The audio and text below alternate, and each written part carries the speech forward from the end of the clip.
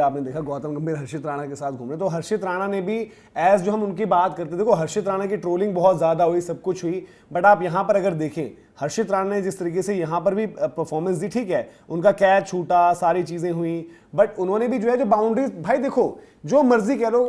KL Rahul ये कि भरोसा भरोसा, हर्षित राणा कहीं पर भी आउट होते उनको अभी भाई देखो वो फॉर्मूला चले गया है, एमएस धोनी डीप लेकर जाते थे, एमएस धोनी जब लेकर जाते थे उनके पास वो तजुर्बा था, वो बार बार करी हुई चीजें थी, यहां पर आपके विकेट्स गिर जाते। अब कुछ लोग कह रहे हैं कि भाई राणा को पहले भेज दिया वॉशिंगटन सुंदर से, भाई वॉशिंगटन सुंदर इंजर्ड थे आज, पहली बात तो आप ये जानो समझो फिर देखो आगे। वो कह रहे कि बताओ इस मैच से आप भले जीत भी जाओगे तो क्या ले लोगे, अरे यार फिर मैच देखा ही नहीं पूरा, लोग ये भी लिख रहे थे मिड इनिंग में कि और क्यों नहीं बॉल कराया वॉशिंगटन सुंदर से, अरे भाई वो इंजर्ड होकर चला गया था यार, वो टूट गए। वो तो इवन ये तो चलो लोग कह रहे हैं वो जो अश्विन के साथ YouTube के शोज करते हैं भाई प्रसन्न, जो बताते हैं ना कि एट दिस ओवर इतने रन, तो दैट मींस ये इतना बाय अहेड, इनकी पर्चियां काफी बारी फटती हैं, तो वो कह रहे कि वॉशिंगटन से पहले राणा जी को भेज दिया तो क्या आज कर लोगे, मैच जीत भी जाओगे, वैसे ही उससे बॉल नहीं कराई, देख नहीं रहता क्या मैच, तो वही YouTube वीडियो बनाने की जगह मत जाओ, मूवी देखे अगर मूवी का रिव्यू नहीं आएगा, मजा नहीं। तो भाई मैच देखा करो फिर बात क्या करो। बट हर्षित राणा के जो आज देखो, आज हर्षित राणा की विद द बॉल भी जो कंट्रीब्यूशन रही है, विद द बैट भी, मेरे ख्याल से उनको प्लेयर ऑफ द मैच होना चाहिए।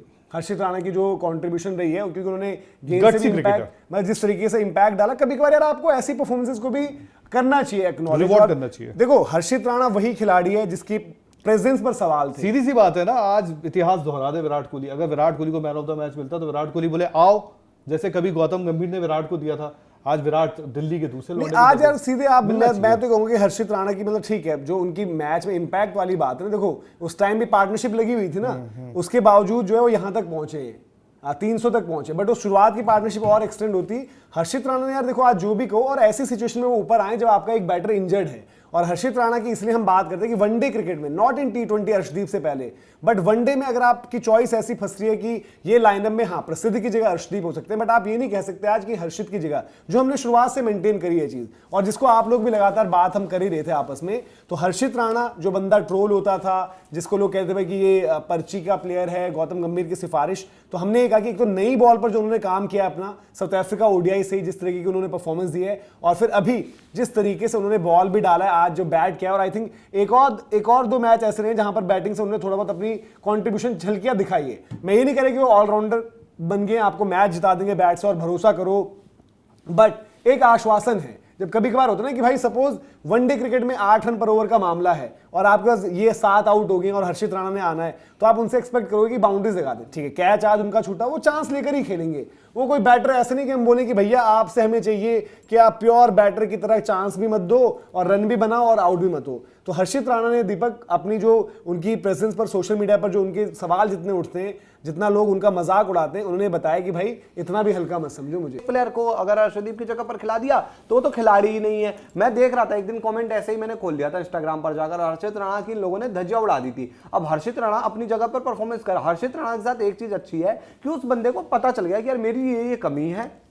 और ये चीज करूंगा, इससे मैं अच्छा करूंगा। जैसे उन्होंने बोल दिया ना कि गौतम गंभीर ने कहा था कि भाई इस मैच में तो जी मुझे परफॉर्मेंस चाहिए ही चाहिए, आई थी ना रिपोर्ट निकलकर कि भाई आज देख लियो नहीं तो आज के बाद फिर तू ही मालिक अपना। तो बात ऐसी है कि भाई हर्षित राणा परफॉर्मेंस दे रहा है। आज जिस सिचुएशन में हर्षित राणा आए थे, लिटरली बता रहे हैं वहां मैच हार जाते भाई, 50-55 रन, 1 विकेट का गेम था, लेकिन हर्षित राणा ने यहां भी बैटिंग की। हर्षित राणा ने ऑस्ट्रेलिया में भी आपको याद होगा उस दिन बैटिंग करके दिखाई थी। तो हर्षित राणा के पास एटलीस्ट वो 25-30 रन, और रणजी ट्रॉफी के अगर आपने उनके गेम देखे हो 50-55 रन वो लगाते हैं और उनको आदत है लगाने की। अब बॉलिंग में हर्षित राणा क्या करते हैं वो मेन मैटर करता है भाई। उन्होंने नई बॉल से विकेट निकाल कर दिखाए हैं, आज उन्होंने बढ़िया बॉल डाला है, अपने लेवल को वो धीरे धीरे बेहतर कर रहे हैं। तो किसी खिलाड़ी को इतना मत रगड़ो ना। और दिन में ही तो अभी चर्चा हुई थी कि इंडिया के पास पेसर्स का सेटअप क्या है आने वाले टाइम में, उसमें अगर हर्षित राणा इतना अच्छा इंप्रूव कर रहा है, अरे यार ये उस वजह से करते हैं कि गौतम गंभीर का खास है। अरे गौतम गंभीर का खास है तो है, लेकिन अगर वो अपनी परफॉर्मेंस दे रहा है तो उसको उस चीज पर मत रगड़ो। आप ना वो चीज बनो कि जो सही है उसके लिए सही बोलो, गलत को गलत बोलो, हर चीज को एक में मत जोड़ो। और धीरे धीरे केएल राहुल ने तक बोला है कि भाई हर्षित ने प्रेशर हटा दिया, उसकी जो एबिलिटी है जैसे स्ट्राइकिंग वहां पर है,